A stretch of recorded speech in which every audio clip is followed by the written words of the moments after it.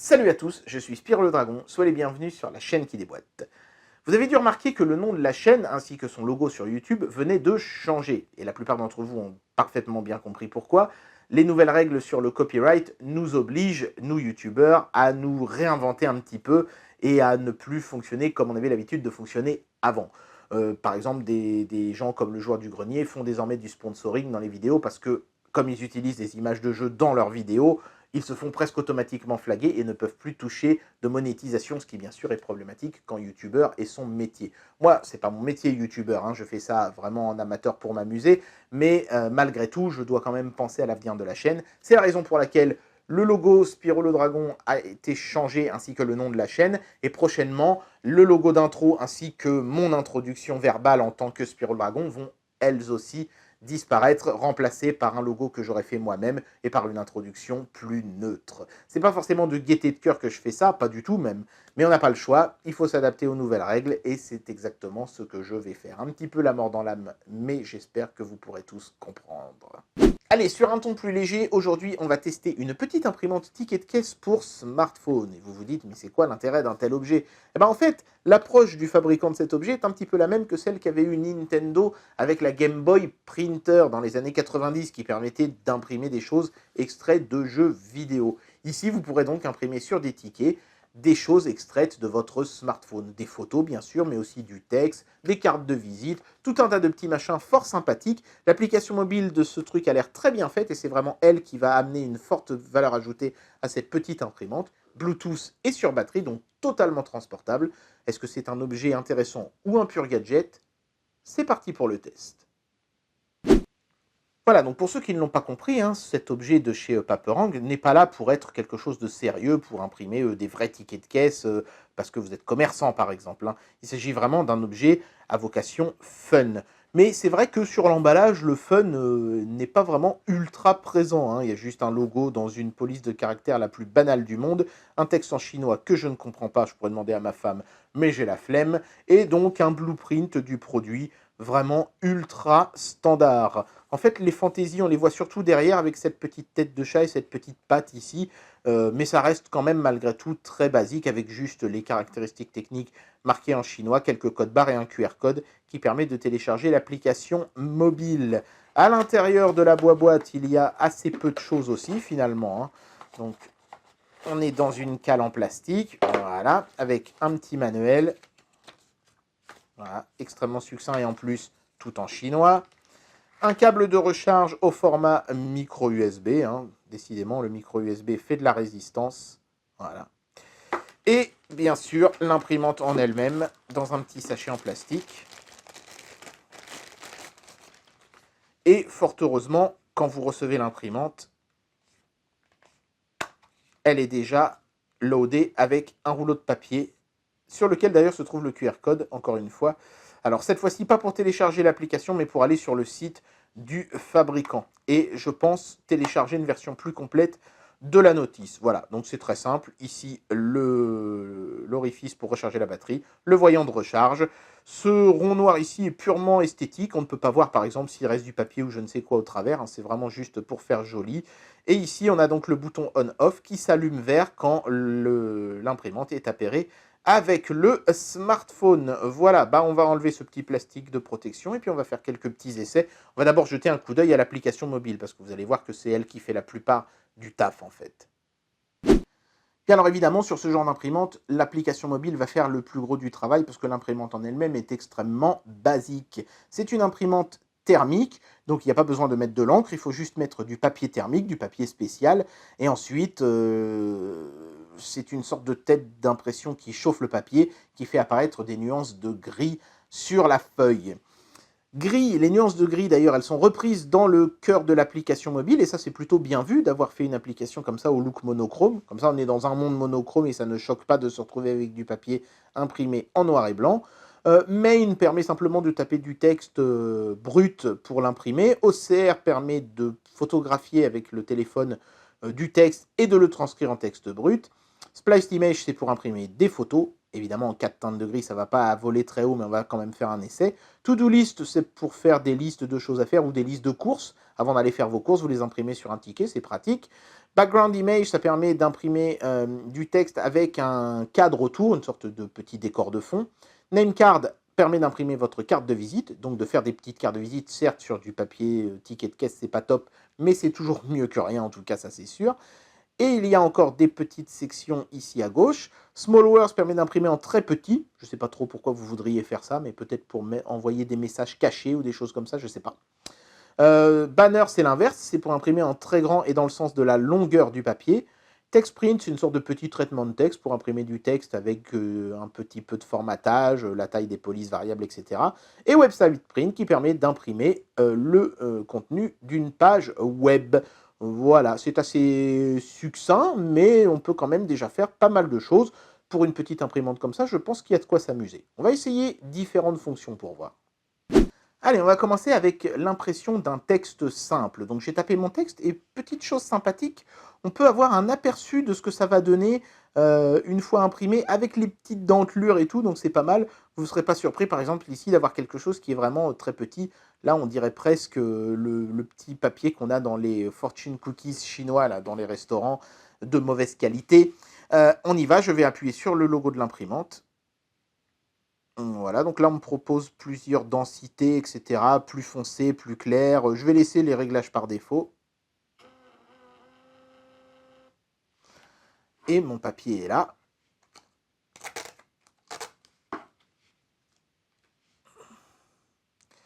Et ça marche.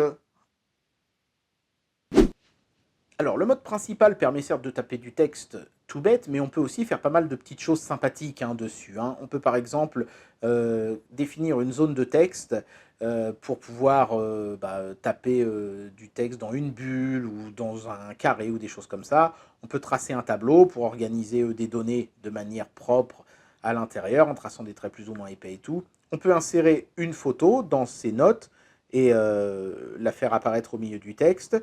On peut insérer un clip art, il y a des petites sélections de clip art préinstallées. J'aime bien la section météo qui est pas mal, qui est intéressante je trouve. Les tampons à date aussi peuvent donner un petit cachet sympa à l'ensemble. On a des décorations, des fonds qui sont pas très nombreux, mais qui sont plutôt jolis eux aussi. Donc ici on peut voir un cadre tout simple moderne, un truc qui évoque un petit peu les vacances, le voyage, l'Asie, voilà, le logo Paperang de l'entreprise, une lettre, etc. Non, c'est sympa, il n'y en a pas beaucoup, vous voyez, j'ai déjà fait le tour, mais c'est plutôt cool. On peut bien sûr tracer à main levée quelque chose voilà, avec son doigt. C'est très basique, il n'y a que 2 épaisseurs de traits, on va pas bien loin. Mais bon, comme de toute façon on est sur une imprimante qui ne sait imprimer que du noir, c'est pas vraiment très grave. Donc je veux sortir de ça, voilà. Et puis la fonction intéressante, moi je trouve, c'est celle-ci qui permet de créer des QR codes en tapant du texte par exemple. Donc je tape un texte, n'importe quoi, bon, là, je pourrais mettre l'URL d'un site ou ce que je veux. Je valide et ça me génère le QR code qui va bien et que je peux imprimer sur mon ticket. Donc rien que dans la première section de l'imprimante, la section de base, on peut déjà faire pas mal de choses, mine de rien. Essayons d'imprimer une photo maintenant. Donc j'ai pris une photo que j'ai prise l'été dernier lors d'une balade. C'est un bourdon sur un chardon.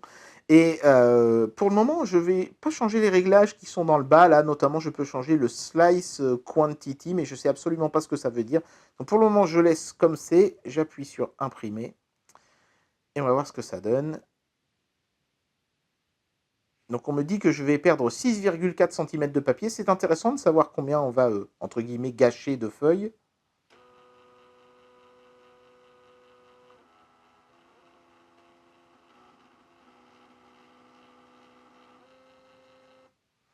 Voilà, c'est plutôt rapide l'impression. Et voilà ce que ça donne. Eh, c'est franchement pas mal, je ne m'attendais pas à ça. On peut mettre à côté l'original. C'est la même chose en noir et blanc. Et je ne m'attendais pas à une telle finesse. Je crois que ça imprime en 300 ppi, ce qui est plutôt pas mal, ce que la moyenne des imprimantes laser standard. Et ça va. Franchement, je m'attendais à pire. Ça fait pas des vilains traits ou des conneries comme ça. C'est lisible, on arrive à voir ce que c'est. Bon, évidemment, c'est du noir et blanc, et forcément, c'est sur du papier pas top, mais ça passe. Franchement, si vous voulez passer une photo à quelqu'un comme ça, juste, évidemment, pas pour des raisons artistiques ou pour l'encadrer, hein, mais juste comme ça, histoire de lui passer une photo, ça peut être sympa. Alors maintenant, je me pose une question, qu'est-ce que ça donne quand j'augmente le slice quantity dans le bas là? Je vais mettre 4 par exemple, ou 3. Non, je vais mettre 2, soyons raisonnables. Je pense avoir compris, hein, vu ce que je vois à l'écran, que ça va me faire en fait 2 tickets pour avoir une photo plus large, hein, parce qu'évidemment, forcément, là, on est limité en largeur. Ça est intéressant, on va le faire avec 2 et on va voir ce que ça donne.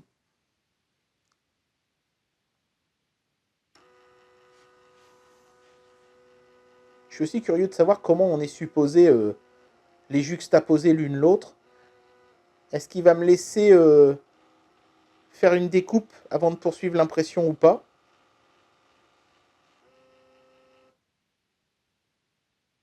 Oui, là il marque une pause, donc je peux faire ma découpe.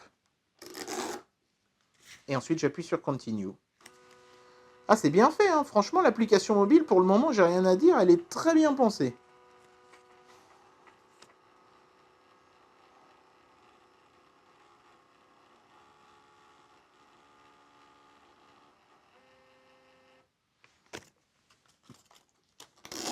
Voilà. Et là, j'ai ma photo, effectivement, qui est coupée en deux. Alors évidemment, comme l'imprimante n'est pas capable de faire du borderless, il faudra quand même sortir votre massicot ou votre paire de ciseaux pour recoller les deux portions ensemble. Mais c'est sûr que la photo est plus lisible quand elle est plus grande, hein. Ça, c'est évident. Bon, je pense que de plus en plus de gens font leur liste de courses sur leur smartphone avant de partir à Carrefour et ensuite consultent l'écran de leur smartphone pendant qu'ils font les courses pour être sûr de ne rien oublier. Mais franchement, je trouve pas forcément ça très prudent personnellement parce que exhiber son smartphone sur de longues périodes, c'est multiplier les risques de se le faire arracher, ce qui est quand même pénible. Donc en imprimant un petit paplard, eh ben, vous serez tranquille et vous n'aurez plus ce genre de soucis à vous faire. Sympathique, hein, tous ces petits cadres qui ont été ajoutés par le fabricant sur l'application. Donc, tiens, on va prendre le crayon, qui est très joli. Voilà, donc on le voit apparaître. C'est classe, hein. Ok, super. Et puis donc, en dessous, je marque ce que je veux acheter. Donc, du pain, des œufs, du lait. Alors, vous voyez, à chaque fois, ça met des petites cases à cocher en plus, hein. De l'eau, du jambon. Voilà, bon, on va pas commencer à faire des trucs interminables, hein. On imprime. Alors, cette petite icône, pour ceux qui se posent la question, ça permet de sauvegarder pour imprimer plus tard, tout simplement, hein. Donc là, je vais directement imprimer. Hop.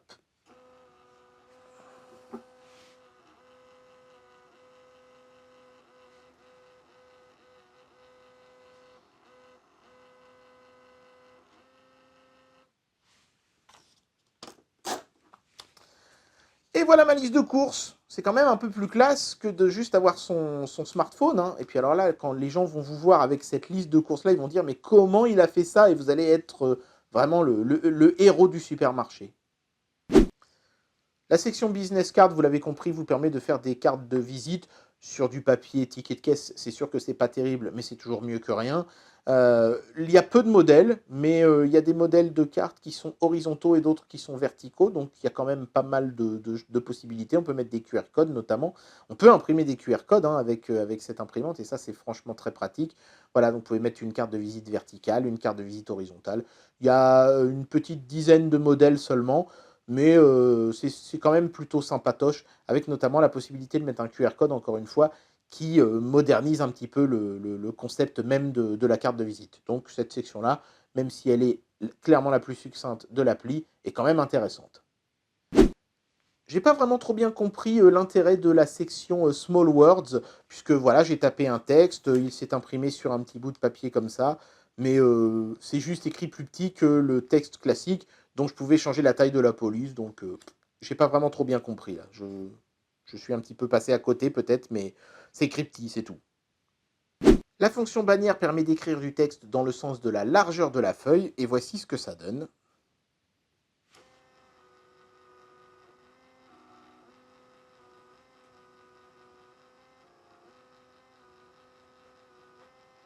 Donc ça peut être pas mal quand vous voulez faire, euh, par exemple, un petit panneau de porte ou des choses comme ça, ou peut-être même un bandeau de joyeux anniversaire, parce que rien ne vous empêche de mettre du papier d'une autre couleur que blanc, hein. Vous pouvez mettre du papier rose, vert, bleu, jaune, ce que vous voulez, et faire des petits trucs un peu plus festifs.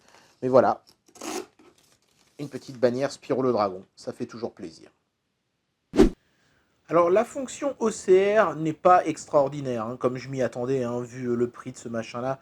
Un logiciel d'OCR, un vrai, un bon, ça coûte déjà plus cher qu'une imprimante comme ça, donc ça paraissait pas possible. Mais vous pouvez voir que sur l'écran du smartphone apparaît une grille. Ensuite, vous prenez un texte. Donc on va prendre ce vieux cahier de vacances que j'ai jamais fait, désolé maman. C'était à l'époque où j'étais en 4e, hein, mais j'étais déjà bon élève, alors j'avais pas envie de m'emmerder à gâcher mes vacances, tu m'en voudras pas. Hop, et puis ne pas faire les cahiers de vacances, ça ne m'a pas empêché de devenir l'adulte équilibré que je suis aujourd'hui. Donc vous voyez, à l'aide du quadrillage, on essaye de mettre le texte le plus droit possible, donc c'est plutôt pas mal. Je vais essayer de faire en sorte qu'il soit bien net partout aussi. Hop, je vais prendre la photo, clic-clac. Donc ensuite, il faut cadrer le texte qui nous intéresse. Je vais juste prendre le paragraphe numéro 2, ça va suffire. Hop. Tac. Voilà, bon, même pas prendre la signature, voilà. Donc là, j'ai clairement du texte hein, qui a été surligné. Et maintenant, je vais lancer l'OCR, donc je valide.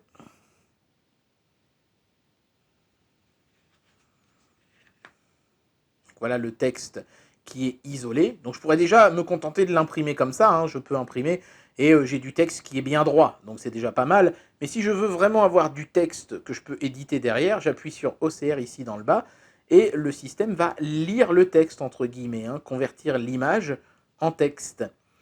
Mais évidemment, avec beaucoup de difficultés, parce que c'est un OCR pas cher, quoi, hein. Déjà, ça prend du temps. Et voilà le texte que je récupère à l'arrivée. Trouver la nature et la fonction des mots et des groupes de mots en gras. Tout à coup, le feu prit un étrange degré d'activité. Une lueur blafarde illumina la chambre. Bon, c'est pas top comme je vous le disais, hein. On s'en sort pas si mal que ça parce que j'ai quand même pris un texte assez clair. Vous essayeriez de faire ça sur un journal où le texte est imprimé moins net. Je pense que vous auriez un résultat encore plus mauvais que celui-là. On va dire que ça peut faire la blague, mais il ne faudra pas trop compter dessus, hein. Et puis après, évidemment, on imprime le texte sur le ticket, ça n'a rien d'exceptionnel. Bien, il est temps d'amener une conclusion à cette vidéo et de donner une note à ce produit. Cette petite imprimante de chez Paperang est-elle un produit utile d'abord? Est-ce que c'est quelque chose qui va devenir indispensable dans mon quotidien? Non, ça c'est clair et net. On n'est pas sur un produit qui a vocation à être indispensable, mais plutôt sur un produit qui a vocation à être ludique. Ceci étant dit, même si on va surtout s'amuser avec une telle imprimante, il peut quand même être intéressant de donner à quelqu'un un papier plutôt que juste un mail ou un SMS. Transposer dans le réel, c'est vraiment le principe même de l'imprimante et c'est ce que permet de faire ce petit gadget. Donc, outre le côté fun, il y a quand même un côté utile à ce produit, même si, pour moi, clairement, on n'est pas sur de l'indispensable du tout. C'est plutôt un produit avec lequel moi, je pense que je vais m'amuser, même si il pourra me servir éventuellement par-ci, par-là. Voilà, donc ce que je retiens de ce produit, outre bien sûr son côté amusant, hein, c'est le fait qu'il ne coûte pas très très cher, qu'il a l'air plutôt fiable, j'ai pas rencontré de problème, l'autonomie a l'air d'être vraiment excellente, j'ai imprimé plein de trucs hors caméra en plus de tout ce que vous avez vu, sans jamais avoir le moindre problème. Là, le voyant est toujours vert, il passe à l'orange quand la batterie devient faible, donc non, c'est une franche réussite. Je ne vais pas lui mettre la note de 5, encore une fois, parce que l'utilité d'un tel produit est discutable. On est quand même plus sur du gadget. Mais je vais lui donner la note de 4,5 parce que je ne peux pas vraiment voir quoi que ce soit qui me déplaise dans ce produit. Si je devais faire un reproche, peut-être aller un seul, c'est que quand on imprime une image, ça n'est pas borderless, ça ne va pas d'un bord du papier à l'autre. Il y a une marge, ça c'est un petit peu dommage. Donc c'est pour ça aussi que je ne vais pas lui donner la note parfaite. Mais à part ça, c'est du tout bon. Et bien voilà, c'était le test de cette petite imprimante ticket de caisse de chez Paperang, un objet qui est totalement dispensable, hein, ça n'est absolument pas quelque chose qu'il vous faut sur votre smartphone, mais qui est ma foi fort sympathique d'utilisation et très rigolo. Moi, en tout cas, c'est un produit qui me plaît bien. J'espère que cette vidéo vous aura plu, et moi je vous dis à très bientôt pour un prochain test. Allez, tchuss!